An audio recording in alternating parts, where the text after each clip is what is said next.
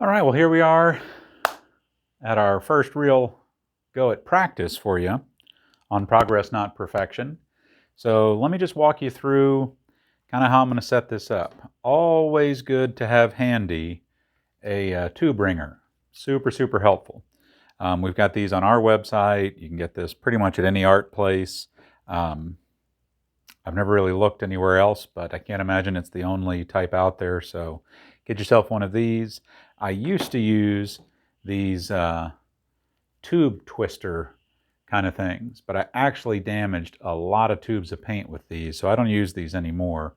I much prefer the tube ringer. Side note, didn't plan on doing this, but when you use the tube ringer, squeeze it all the way. So with the hand you're holding it with, I'm right-handed, so I'll hold it with my left, and then turn it. It'll get smoothed out. If you leave any gap, that's where you'll spin out. And I don't know if you can see it real well, but there's lots of paint in the channels there. So I've squeezed too hard a few times and torn open a few tubes of paint. But let me just show you, it doesn't really matter what color you pick to practice with, I don't believe. If you paint a lot or you've got lots of paints, well, I've got 2 boxes of almost empty, all different kinds of colors, different size tubes of paint, all from the last 3 years that have just kind of accumulated.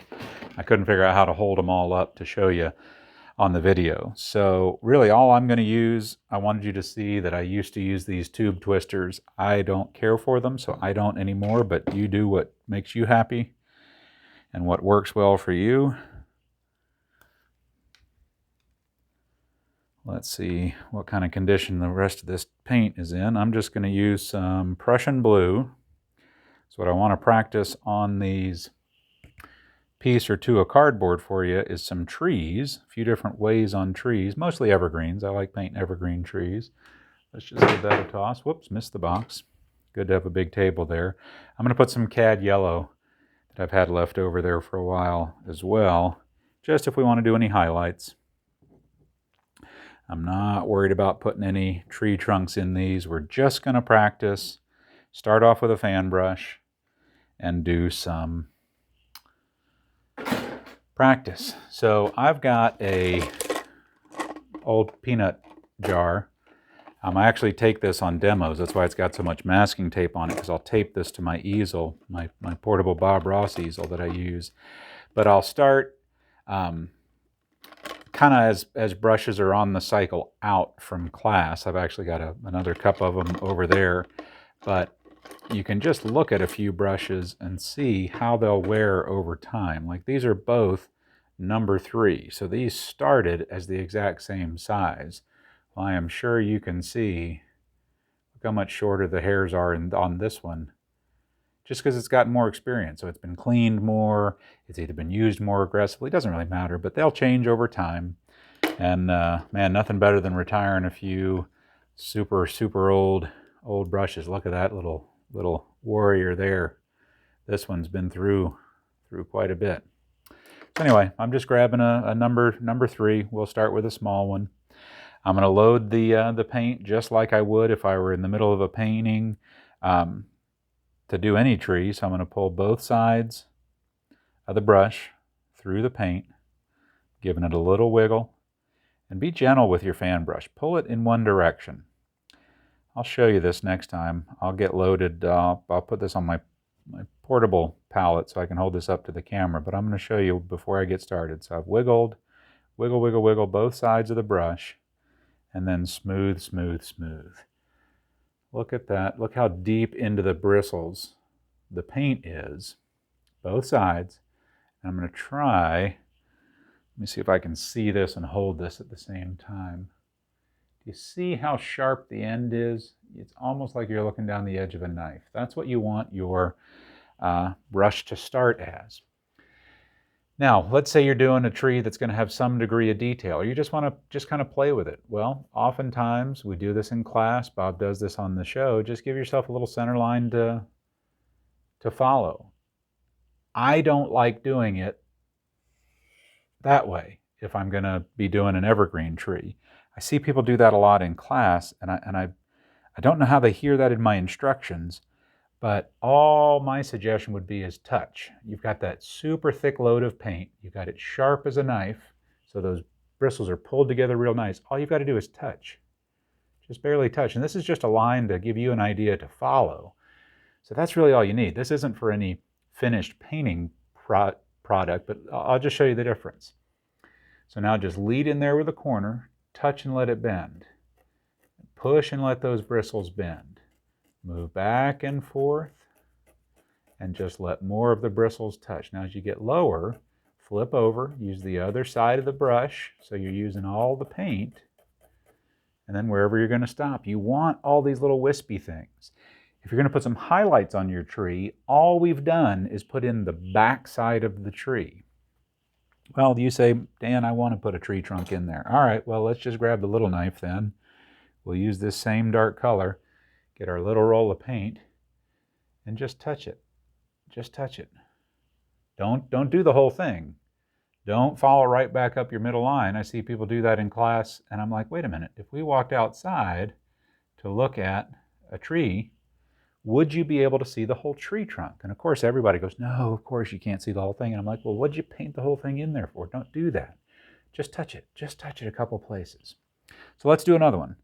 Let's do another one. Let me change to a larger brush for you. That one's also quite stiff. I don't know if I did a poor job cleaning it. That could be the case. So I've got one nice and soft, got some good experience. So this is number 6. This is a good bit larger than the number 3. So this is the one we just used. We're going to move over and use number 6 just to practice a tree or two. Then I think, yeah, well, let's do some highlights. So same way, wiggle, wiggle, wiggle, both sides of that brush. This really does put a lot of paint in your brush. Wiggle, wiggle, wiggle, both sides of that brush. Same thing here. Look how deep in there, deep in there, deep in there, and sharp, sharp, sharp. Pulled both sides of that together. We've already got our line. Let's use this one down the middle. So we're just going to touch with the corner. Let it bend. Just touch gently, let it bend. This is not, I highly recommend some speed here, but you don't have to push hard. Just push and let it bend. Push and let it bend. We'll make this one a little bigger since we're using a bigger brush. Push and let it bend. Don't worry about it being uniform. Don't slide your brush, but just push. Let's see how that's looking. Are we close enough with the camera? Let's see if I can't sneak us in a little bit closer. A little bit closer there. I'm trying to fight that shadow that the top of the easel kind of casts there. Well, you know what? Let's throw in a tree right next to it, and then we'll highlight them, and we'll call that it on practice number 1. So I'm just reloading the brush, same way, same way. Now, when you get comfortable getting it to bend well here on cardboard, you could be doing this on your palette. If you've got a good acrylic palette or piece of acrylic, get this mounted up somewhere. You can do this exact same thing on acrylic. The cool thing about doing it on acrylic, you can scrape it right off, put it right back on your palette, or wherever you're having your paint, if you're using your palette as your practice surface, and go again, and go again, and go again. You can scrape it right off. The cardboard will obviously just dry out, suck all the oil out, and I like to do this really just to finish off and feel like I'm not wasting the end of tubes of paint. But so let's do something with this telephone pole looking thing we got going here. So what if we just add a little bit more center line to follow? We'll just make a bigger tree. Let's make sure we're good and loaded with paint. Good and loaded with paint. Some situations call for very little paint. Some of these situations call for much more paint. So pay attention for that. Even make notes on that when you're watching Bob's videos, or if you're watching another painting instructor. Just be aware of how they're getting paint on the tool and then delivering that paint to the surface, because that's really, let the brush do the work for you. So again, just touching with the corner and just push. Move over to the right, push a little deeper. Doesn't have to be harder, just deeper. Deeper, deeper, deeper. Let more of those bristles bend. You get more and more of these wispy things coming off. Pine needles, And there you go. Because you could always add a tree trunk at the bottom. If your evergreen doesn't have stuff that grows all the way to the ground, fine. You could just have a little trunk down there like that. You have a little more trunk out of this one, so we just know it's not as big. Same kind of thing. Because we could have, let's just use up some of the paint we've got. Maybe we just got some grassy things down here at the foots. We'll just push the other way. Just push the other way. And then it looks like you got some ground that your trees are sitting on. So let's just take a peek, make sure that's in focus. Yeah, I mean, this isn't going to be winning any awards, but you're getting the idea. You're getting the feel of the practice. So now let's do some highlights. I've got a jar of liquid white. Now, I ordered the big ones because we use quite a bit in class, of course. Everybody's going to start with liquid white almost every time. They also come in this smaller 8-ounce jar. This happens to be a jar of liquid clear, but white does also. So this is 16. This is an 8-ounce jar. If you order the 8-ounce jars for painting at home, your paint's going to stay fresh.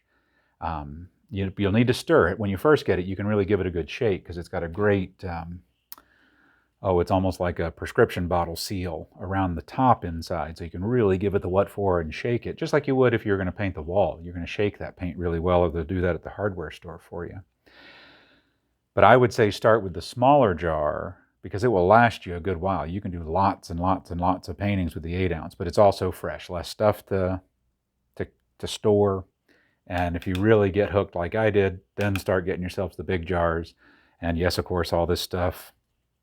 If you've got questions about it, email me, text me, call us. I'm glad to answer those. Yes, they're on our website if you want to. Anything we've used in class, anything you've seen me use on these videos, if it's Bob Ross logoed, then yes, it is available on our website, danwillcoxart.com.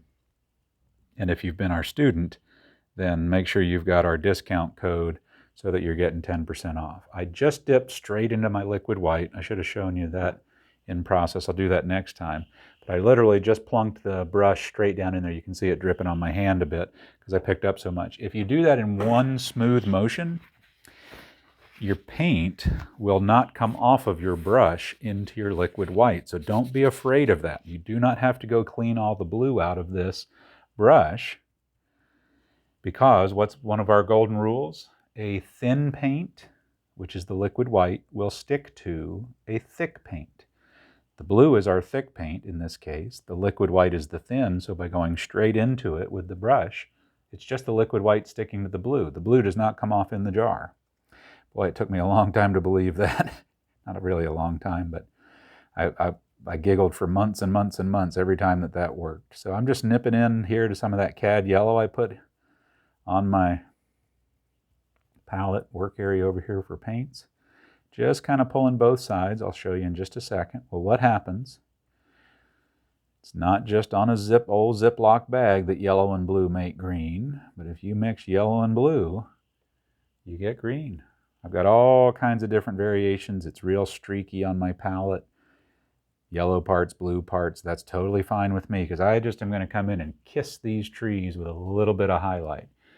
Let's put this little one that we did first way back here in the back. Let's put that all the way in the back. So we're going to do that one first. Just barely touch.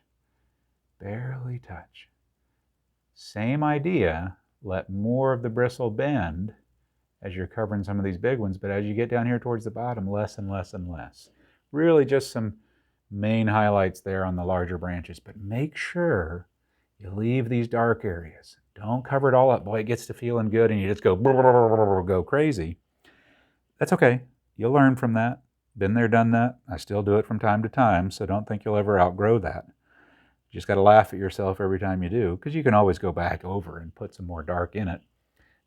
As you gain some experience, you just won't turn it into mud, and you won't go over it too many times, but you could absolutely gobble up some of that highlight if you needed to. So now let's put this one in next, because I want this big one to be in the front. So we won't do as much. Just going to touch gently, gently, gently, so you don't get globby, globby, glob of paints. And let's just put some out here on the outside, bigger parts of this tree. Let me see how these highlights are looking there in the video, because I can't really tell how it is, if you can see this. Oh, good. I did make the green bright enough you can see. So now let's clearly put this big tree in the front. So we're just going to add a little more highlight to some places and go across our trunk that we put in. Vary the pressure in your hand so you're not just putting off all big one flat globby looking highlights. And there you go. That one is demonstrably in the front. Now, do you want to put some green highlights on our little grassy things? Okay, okay. We'll put in a few of these. Let's just put in just a few little highlights. Leave some dark areas down here too. Just sneaking in a few. Don't need much of this. But look how that just seats those feet down in our little practice painting here. And let's see what we got. Yeah, there you go. Now, you may think I'm crazy for doing this. That's all right. Being crazy just helps you get better at this. If you're not crazy, you can still do it, but being crazy certainly helps. Watch me do this. I picked up a little liquid white, tiny little bit of our blue. Don't struggle with signing it. You get to sign your work. What a privilege that is, huh? Just practice it. Just practice it. It's like anything else. You want to get good at it? Practice it a little. You can get it to look even remotely like you want it on a piece of cardboard, my friend. Victory is yours and is at hand. Progress, not perfection. Progress, not perfection. So I'm going to get us reloaded. We'll go practice number 2. Maybe we'll do some up trees next. Yeah, we'll just keep going. See you in a bit.